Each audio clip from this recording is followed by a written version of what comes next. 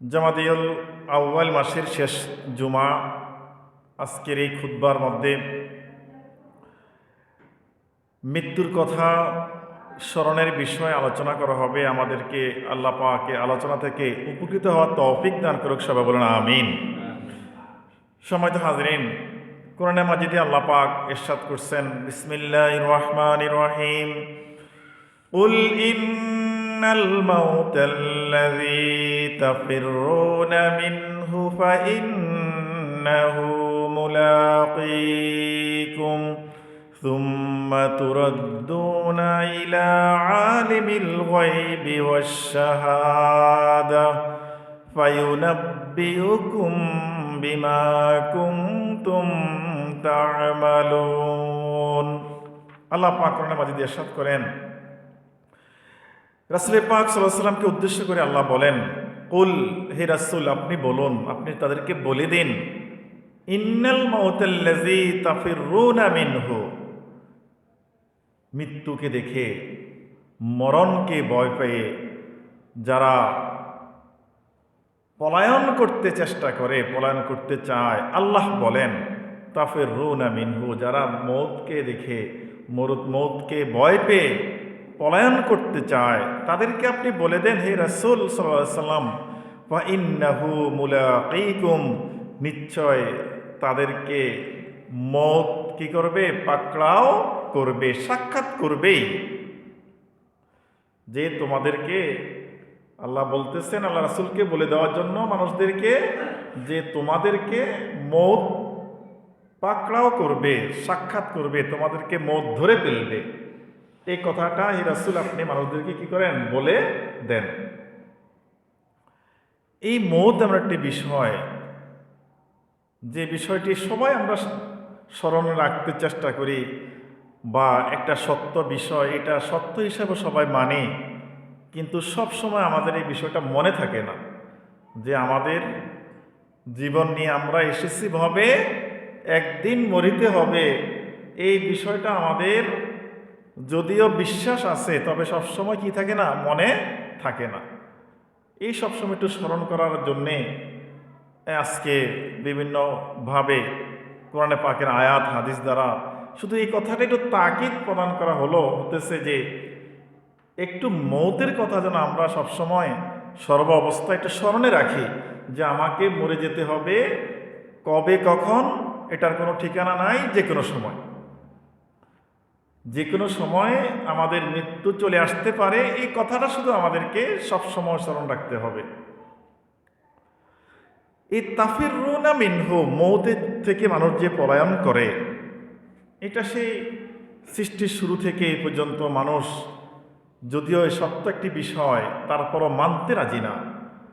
মৌত থেকে পালানোর চেষ্টা করে, মৌতটা যেন না হয়, আরো কদিন বাঁচার জন্য, দুনিয়াতে থাকার জন্য সবাই মন চায়, থাকতে চায়। এর মধ্যে দেখেন একজন ব্যক্তি লোকমান আলাইহিসসালাম,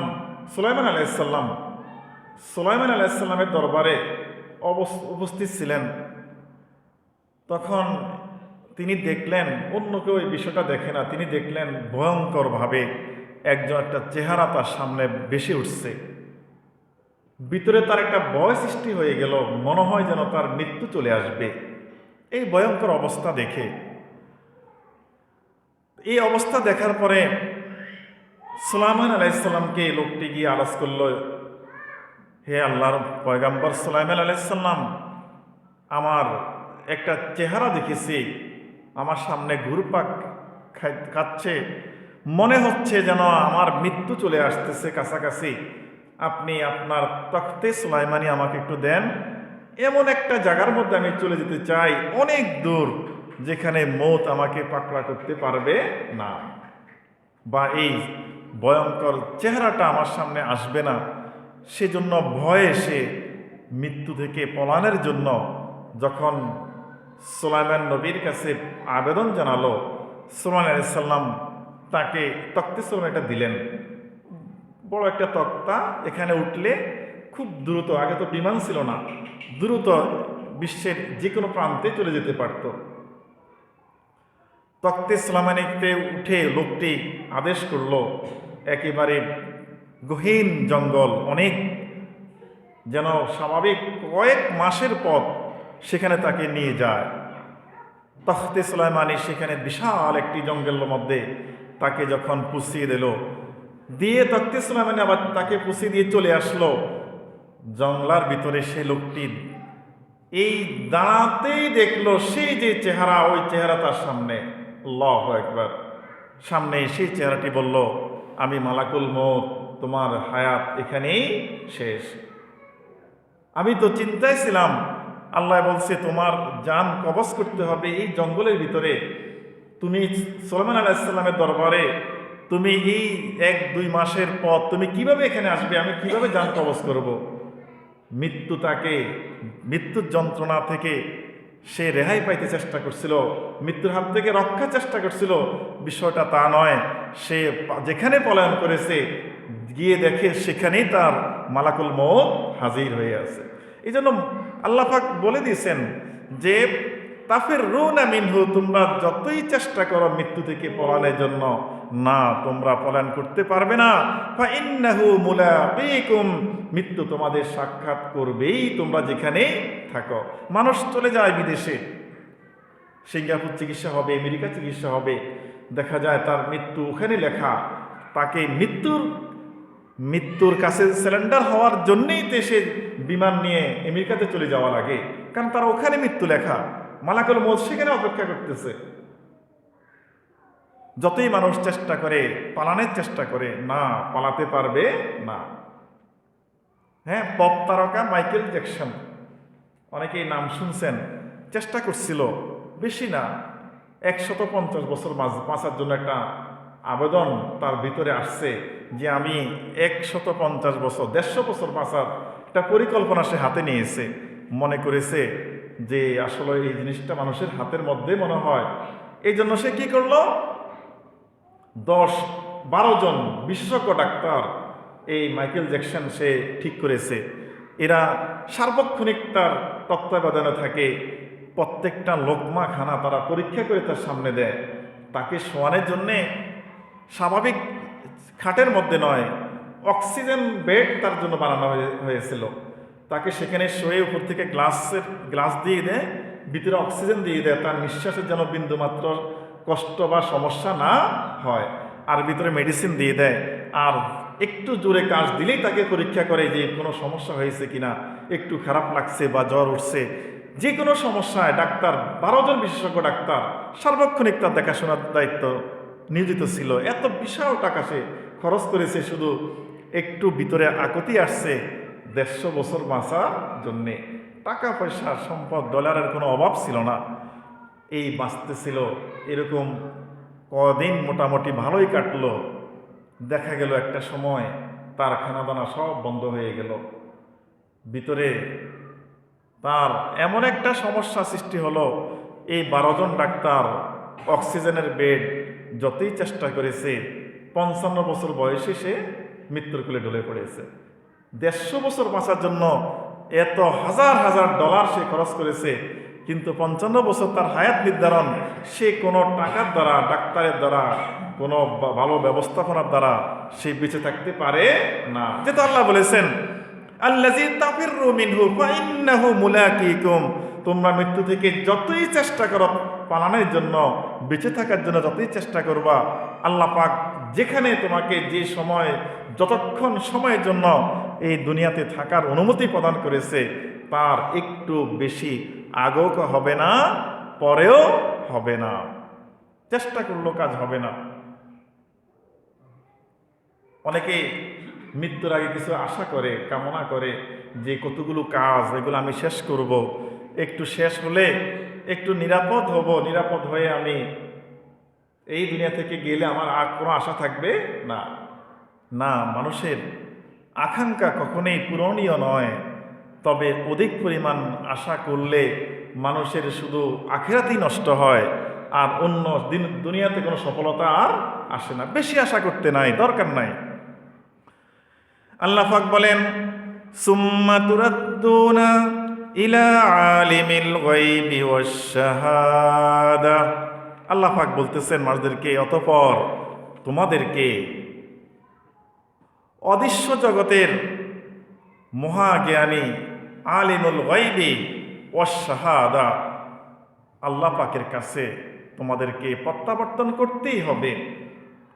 তাহলে আল্লাহ পাকের কাছে যাওয়ার জন্য মৃত্যু একমাত্র মাধ্যম। এই মৃত্যুর মাধ্যমেই মানুষ আল্লাহ পাকের কাছে কি করতে যায়? সাক্ষাতে চলে যায়। তারপরে আল্লাহ পাক বলতেছেন, ফায়ুনাব্বিউকুম বিমা কুনতুম তা'মালুন, তখন তিনি তোমাদেরকে ফায়ুনাব্বিউকুম, তোমাদেরকে অভিহিত করে দিবেন, তোমাদেরকে সব জানিয়ে দিবেন, প্রকাশ করে দিবেন। কি প্রকাশ করবেন? বিমা কুনতুম তা'মালুন, তোমরা যে সমস্ত আমল করেছো দুনিয়া থেকে, আল্লাহ পাকের কাছে আল্লাহ পাক তোমাদের সামনে সব প্রকাশ করে দিবেন। সেটা করবেন কিভাবে? সে যে কিরামান কাতিবিনা ইয়ালামুনা মা তাফআলুন, দুজন ফেরেশতা আল্লাহ পাক রেখে দিয়েছেন, বা এর চেয়ে অধিক, কিরামান কাতিবিন, সম্মানিত দুজন ফেরেশতা। এই সম্মানিত দুজন ফেরেশতা কারা? যারা দুই কাঁধে, প্রত্যেকের দুই কাঁধে দুজন ফেরেশতা অবস্থানরত সবসময় আছে। আমরা যখন কোনো ভালো কাজ করি তখন ডান কাঁধের ফেরেশতা নেকি লিখে রাখেন, খারাপ কাজ করি বাম কাঁধের ফেরেশতা বদগুলো লিখে রাখেন। আল্লাহ পাক বলতেছেন, ফায়ুনাব্বিউকুম, তোমাদের সামনে প্রকাশ করে দেওয়া হবে, অবহিত তোমাদেরকে করা হবে। এই দুনিয়ার জিন্দেগিতে তুমি যা কিছু করেছ, কোথায় কি করেছ, কতগুলো ন্যাক করেছ, কতগুলো বদ করেছ, সব কিছু তোমার সামনে আমল নামা হাতে ধরে দিয়ে আল্লাহ পাক তখন ধমক দিয়ে বলবেন, উক্তুব কিতাবাকা, তুমি তোমার আমল নামা তুমি এবার পড়ো। অনেক কিছু আমরা ছোটবেলায় করেছি বা জওয়ানকালে করেছি, এখন ভুলে গিয়েছি। সেদিন সকল কিছু আমাদের সামনে প্রকাশমান হয়ে যাবে। আমরা কে কি করেছি তখন এক নজরে সব আমাদের জেহানে চলে আসবে।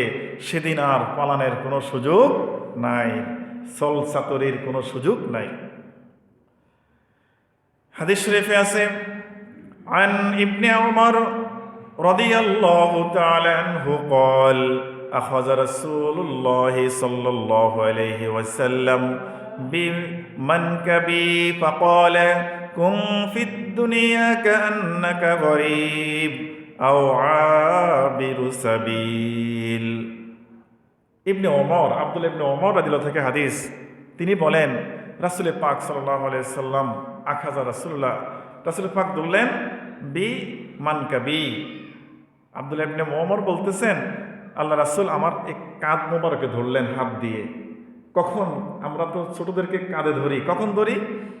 যখন গুরুত্বপূর্ণ কোনো কথা অথবা উপদেশ দেওয়ার জন্য আমরা বেশি আগ্রহ হই, তাকে আমরা খুব বেশি পছন্দ করে থাকি, আদর করে থাকি, তখন কাঁধে হাত দিয়ে আমরা কিছু কথা বলি যেটা অনেক গুরুত্বপূর্ণ কথা।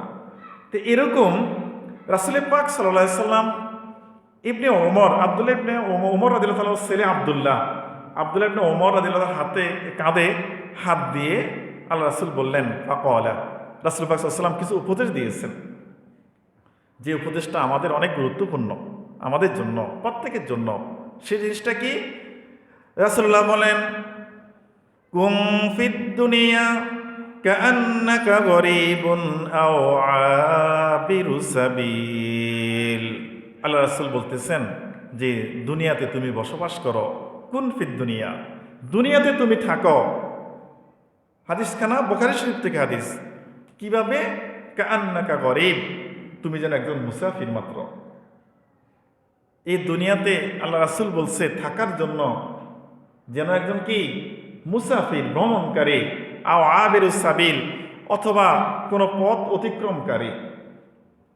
এটা বলছে কেন? দেখেন, আমরা যদি ঢাকা যাওয়ার চিন্তা করি, তখন বাসে উঠলে, হাজিগঞ্জ থেকে মনে করেন বাসে উঠলে সায়দাবাদ যাওয়া পর্যন্ত মাঝখানে আমাদের এই যে বাসের মধ্যে আমরা থাকি, এখানে আমরা মুসাফির, ভ্রমণকারী। তো এখানে আমরা বাসে উঠলাম, সায়দাবাদ বা ঢাকা গিয়ে নামবো, এটাই আমাদের গন্তব্য। মাঝখানে বাসে আমরা 3 ঘন্টা 4 ঘন্টা যে অবস্থান করি, সেখানের মধ্যে আমাদের কি চাহিদা আছে? একটু কোনোরকম বসার জায়গা, একটা সিট, মাঝে মধ্যে হয়তো পান টান কিছু খাওয়া, আর একটু চুপচাপ বসে থাকা। এর মধ্যে আমাদের একটি টেনশন থাকে ভিতরে যে আমরা কখন ঢাকা গিয়ে পৌঁছবো। তবে এর মধ্যে আবার আমাদের ভয় আছে যে আমরা উঠলাম, আমাদের প্রয়োজনীয় কাগজপত্র, টাকা পয়সা চিন্তায় হয়ে যায় কিনা, একটা ভয় থাকে আমাদের যে বাস চলতেছে, এই বাসটা অ্যাক্সিডেন্ট হয় কিনা, সেখানে আমি আহত হয়ে যাই কিনা। আরেকটা ভয় থাকে বাস কখনো কোনো বিকল হয়ে যায় কিনা, তো আমি পথে বসে থাকতে হবে। এরকম অনেকগুলো বিপদ সামনে আমাদের থাকে বাসে যখন আমরা উঠি। আর এই জন্য আমাদের বেশি চাহিদাও থাকে না বাসের মধ্যে থাকা অবস্থায়, বেশি খানার চাহিদা না, শোয়ার চাহিদা না, আমাদের কারোর সাথে কথা বলারও বেশি চাহিদা থাকে না। শুধুমাত্র আমাদের একটি চিন্তা থাকে, কখন আমরা ঢাকা গিয়ে পৌঁছব। আল্লাহ রাসূল বলছেন আমাদের জীবনটা যে কান্নাকা গরিবুন আও আবির সাবিল, এরকম ভ্রমণের মতো একটু সময় আমাদের দুনিয়ার জীবনটা।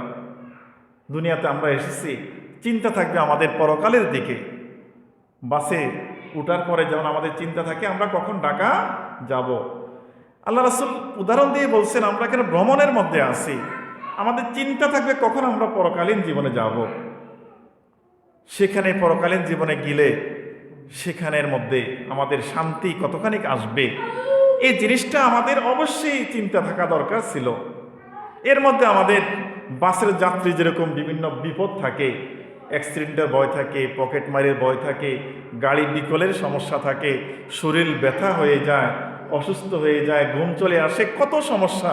দুনিয়াতে এরকম সমস্যা আমাদের থাকবেই, বিভিন্ন অভাব অনটন থাকবে, মানুষের দেওয়া কষ্ট থাকবে।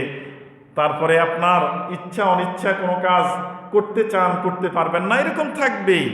দুনিয়াটা ভ্রমণের একটা সময়, এর মধ্যে আপনারা এত চাহিদা কেন আমরা নিয়ে বসে আছি? আমাদের তো টার্গেট একটা, আমরা পরকালীন জীবনে কিভাবে গিয়ে সেখানে শান্তির ঘর তৈরি করব, সেদিকে আমাদের অবশ্যই খেয়াল রাখতে হবে। তখন এই কথা শুনে ইবনে ওমর রাদিয়াল্লাহু তাআলা আনহু বলতেছেন, ইয়াকুলু ইজা আমসাইতা ফালা তানতাজিরিস সাবাহা ওয়া ইজা আসবাহতা ফালা তানতাজিরিল মাসা। যখন তুমি আমসাইতা ফালা তানতাজিরিস সাবাহ, যখন তুমি সন্ধ্যা তোমার কাছে চলে আসে, তুমি যে সন্ধ্যার সময় খাওয়া দাওয়া খেয়ে নামাজ কালাম পড়ে শোয়ার ঘরে শুতে যাবে, সকালে তুমি জাগ্রত হবে কিনা এটার কোনো আশা নিয়ে তুমি সন্ধ্যায় শুতে যাইও না। কারণ সন্ধ্যায় এরকম অনেকেই খানাদানা খেয়ে শোয়ার পরে সকালে উঠে মানুষ দেখে সে মরে আছে। হাদিস শরীফে আসছে, বুখারী শরীফে হাদিস, যে আমসাইতা ফালা তানতাজিরাস সাবাহ, তুমি সন্ধ্যা উপনীত হলে তুমি সকাল পর্যন্ত বেঁচে থাকবে, এটা আশা তুমি করো না। আর ওয়াইজা আসবাহতা ফালা তানতাজিরিল মাসা, যখন তুমি সকালে জাগ্রত হবে সন্ধ্যা পর্যন্ত তুমি বেঁচে থাকবে, এরকম আশা আকাঙ্ক্ষা তোমার রাখতে পারো না, রাখার কোনো দরকারও নাই। কারণ যে কোনো সময় তোমার মৃত্যু চলে আসতে পারে। আর খুয মিন সিহহাতিকা লিমারাদিকা ওয়া মিন হায়াতিকা লিমাউতিকা, খুঁজ তুমি ধরো মিন সিহহাতিকা লিমারাদিকা, যখন তুমি অসুস্থ হয়ে যাও, অসুস্থ হয়ে যাওয়ার আগেই তুমি যে সুস্থ আছো, এই সুস্থতাকে কাজে লাগাও। মানুষ কখন আল্লাহ পথে ঝুঁকে আসে? যখন মানুষ শরীরে শক্তি থাকে না, তার শক্তি থাকে না, ঠিকমতো নামাজ কালাম আদায় করতে পারে না, ওযু বেশিক্ষণ সময় রাখতে পারে না, কিছুক্ষণ বসে থাকলে মাজা ব্যথা হয়ে যায়, তখন মানুষ আসে ইবাদত বন্দি করার জন্য। তখন তো শরীরে দেয় না, কিভাবে করবে? এই দেখেন, মানুষ দুনিয়ার জন্য যে পরিমাণ কষ্ট করে, একটু মৌতকে ভয় পেয়ে পরকালীন জীবনের জন্য এতখানিক নয়, তার অর্ধেক পরিমাণ কষ্ট যদিও করে, তাহলে সে মুক্তির একটা পথ সে পেয়ে যেতে পারে। এই যে দেখেন, আমরা গত 26 ডিসেম্বর আমাদের নির্বাচনী ডিউটি পড়ল হাজীগঞ্জ 5 আসনের ইউনিয়নের সুবিদপুর কেন্দ্রের মধ্যে 6 নম্বর ওয়ার্ড। তো আমাদের পুলিশ আনসার আমরা সবাই চলে গেলাম আগের দিন 25 তারিখ বিকালে নির্বাচনের সব সরঞ্জাম আদি নিয়ে সেখানে আমরা উপস্থিত হলাম। আমাদেরকে বলা হলো যে ব্যালট পেপার যেটাতে আপনারা ভোট দিয়ে থাকেন ভোররাতে গিয়ে আনতে হবে আলীগঞ্জ থেকে, নির্বাচন কমিশনের অফিস থেকে। তো আমি উঠলাম ভোররাত 4টার দিকে উঠলাম, ঘুম থেকে উঠে গাড়ি ছিল, আমাদের পুলিশ ছিল, আনসার ছিল। আমরা যখন রওনা করলাম আলীগঞ্জ, তখন ডেররা যে জায়গাটা, সেখানে গিয়ে দেখলাম হাজারো মানুষ, শতে শতে গাড়ি, বেচা কিনা দুমছে চলতেছে, মাছের আড়ত। তখন কিন্তু তাহাজ্জুদের সময়, 4টার পরে 5:15 পর্যন্ত তাহাজ্জুদের সময় থাকে এখন। তখন দেখেন এই মানুষগুলো, এই যে হাজারো মানুষ সেখানে বেচা কিনায় ব্যস্ত, এরা তো দুনিয়ার জন্য জাগ্রত হলো, ঘর থেকে জাগ্রত হয়ে প্রস্তুতি নিয়ে মাছ কেনার জন্য, অথবা কেউ মাছ বেচার জন্য, অথবা কেউ ভাড়া নেওয়ার জন্য। এই যে হাজারো মানুষ সেখানে সমবেত হলো ভোর রাতে, এরা যে জাগ্রত হলো, এরা কিসের জন্য হলো? মাছ সেখান থেকে কিনবে, সকালে বিক্রি করবে, একটু লাভবান হবে। দুনিয়ার আশায়, দুনিয়ার এই আয়ের জন্য যদি মানুষ ভোর রাতে প্রতিদিন উঠতে পারে, পরকালের জীবনের জন্য, তাহাজ্জুদের জন্য আমরা কেন উঠতে পারি না? অর্থাৎ দুনিয়া থেকে আমরা পরকালকে বেশি মূল্য দিতে জানি না, চাই না। তা না হলে এই মানুষগুলো শুধু একটা বাজার না, আমি দেখলাম এরকম হাজারো বাজার বাংলাদেশে আছে, যে বাজারগুলো বেশিরভাগ সময়ে রাত্র 3টার পরে বসে যায়। এই মানুষগুলো জাগ্রত হয়ে সেখানে বাজারে শরিক হয়, বেচা কেনার জন্য, দুনিয়ার লাভের জন্য ঘুম নষ্ট করে উঠতে পারে। আর এই আমরা যে আমাদের সময়টা সুস্থ, আমরা সন্ধ্যায় ঘুমিয়ে গিয়েছি, দিনে কোনো কাজ নাই, তারপরও আমরা আল্লাহকে একটু ডাকার জন্য তাহাজ্জুদের সময় উঠতে জানি না, পারলাম না, পারি না, উঠি না, ঘুম আমাদের শেষ হয় না। এই যে হাজারো মানুষের ঘুম কিভাবে শেষ হলো? এটা তো দুনিয়ার জন্য। এই জন্য আল্লাহ রাসূল এই হাদিসের মধ্যে খুশ ফি সিহহাতিকা লিমারদিকা, যখন তুমি অসুস্থ হয়ে যাও তার আগেই তুমি যে সুস্থ আছো, তুমি সুস্থতাকে কাজে লাগাও, ইবাদত বন্দেগী মশগুল হয়ে যাও, সময় কাজে লাগাও। এমন একটা সময় সারা রাত ঘুম আসে না, ইচ্ছা করলো নামাজ পড়তে পারেন না, কারণ অজু করে আসলে অজু নষ্ট হয়ে যায়, রুকু সিজদা করতে পারেন না, দাঁড়ায় থাকতে পারেন না, তখন মন চায় ইবাদত করতে, সেই ইবাদত তখন আপনার আমার শরীরে দিবে না, কিভাবে আমরা তখন করব? তো সেই জন্যে যদি আমরা এই হাদিস কারার দিকে লক্ষ্য করি, খুজ মিন সিহহাতিকা লিমারদিকা, তুমি তোমার সুস্থতাকে কাজে লাগাও অসুস্থ হয়ে যাওয়ার আগে। আর ওমিন হায়াতিকা লিমাউতিকা, যতক্ষণ পর্যন্ত তুমি জীবিত থাকো, তোমার হায়াত যতক্ষণ পর্যন্ত আছে, মৌতের লিমাউতিকা, মৌতের আসার আগেই তুমি তোমার এই হায়াতকে কাজে লাগাও। অর্থাৎ মৃত্যু হয়ে গেলে তুমি তোমার ইবাদত বন্দেগী আর যোগ করতে পারবা না, তোমার ইবাদত বন্দেগী করার সময় শেষ হয়ে যাবে, আমলনামা বন্ধ হয়ে যাবে। যতক্ষণ হায়াত আছে, এই হাদিস শরীফে একটু উপদেশ দিতেছে আমাদেরকে যে হায়াত থাকতেই যেন আমরা হায়াতটাকে মূল্য দিতে জানি। কারণ এই সময়ের বিষয়ে সূরা আসর নাযিল হয়েছে, ওয়াল আসর, আল্লাহ বলতেছেন সময়ের কসম। আসর মানে সময়, সময়ের কালের কসম দিয়ে আল্লাহ পাক বলছেন ইন্নাল ইনসানা লাফি খুসর, মানুষ ক্ষতিগ্রস্তের মধ্যে আছে। তবে কারা ক্ষতিগ্রস্ত নয়? ইল্লাল্লাযীনা আমানু ওয়া আমিলুস সালিহাত, যারা বিশ্বাস করেছে এবং নেক আমল করেছে তারাই সফলকাম, তারা ক্ষতিগ্রস্ত নয়। আমলে সলেহা, যে আমরা আমলে সলেহা সলেহা আমলে সলেহার মধ্যে আল্লাহ পাক এই আয়াত শরীফের মধ্যে বলছেন, فيقول ربي لولا أخرتني إلى أجل قريب فأصدق وأكن من الصالحين। কিছু মানুষ টাকা পয়সা আছে, আল্লাহর পথে খরচ করে না, জমিয়ে রাখে, এই টাকা কাজ তার কোনো উপকারে আসে না একটা সময়। তারপরে এই একটা সময় করে কি, অনেকগুলো টাকা দেখা যায় জমা করে রেখেছে, এই জমা টাকা অযথা অবহেলায় নষ্ট হয়ে যায়, নিজেরও কাজে আসে না, পরকালে কাজে আসে না, সন্তানের জন্য কোনো কাজে আসে না। তো আল্লাহ পাক বলতেছেন ওয়ান ফিকু মিম্মা রাযাকনাকুম, তোমরা খরচ করো। ওয়ান ফিকু, আল্লাহ বলতেছেন কিছু খরচ করো, মা রাযাকনাকুম, আমি তোমাদেরকে যে রিজিক দিয়েছি। আমরা যদি মনে করে থাকি যে মনে হয় টাকাগুলো সব আমি সংগ্রহ করেছি, না, আল্লাহ পাক আপনাকে এই সংগ্রহের সুযোগ দিয়েছেন, আল্লাহ পাক তৌফিক দিয়েছেন। আপনারা আমার জন্য এই ইনকামটা, এই টাকাটা আমার কপালে রেখেছেন বিধায় আমি পেয়েছি। আল্লাহ বলতেছেন ও আনফিকু, তোমরা খরচ করো, ব্যয় করো, মা বিম্মা রাযাকনাকুম, তোমাদেরকে আমি যে রিজিক দিয়েছি, যে সম্পদ দিয়েছি, মিন ক্বাবলি আন ইয়াতিয়া আহাদাকুমুল মাউত, কারণ মৃত্যুর আগে মানুষের কাছে যখন মৌত চলে আসে, মালাকুল মৌত যখন কাছে চলে আসে তার সৈন্য সামন্ত নিয়ে, ফেরেশতাদেরকে নিয়ে, তখন দুনিয়ার হিসাব আমাদের আর জমা হয় না, দুনিয়ার শক্তি আমাদের নষ্ট হয়ে যায়। তখন এই মানুষটা, মৃত প্রায় মানুষটা, যার কাছে মালাকুল মৌত চলে এসেছে, এই লোকটা বলে, আল্লাহ পাক বলতেছেন কোরআনে মাজিদে যে ফায়াকুল, সে বলতেছে রব্বি, তখন আল্লাহকে ডাক দেয়, আল্লাহকে ডাক দেয়, আল্লাহ বলে ডাক দেয়, হে আমার প্রতিপালক। কি বলে? লাউলা আখারতানি ইলা আজালিন করিব। যখন সে সত্য দেখে যায় তখন বলে, আল্লাহ একটু সময় দেন আমাকে।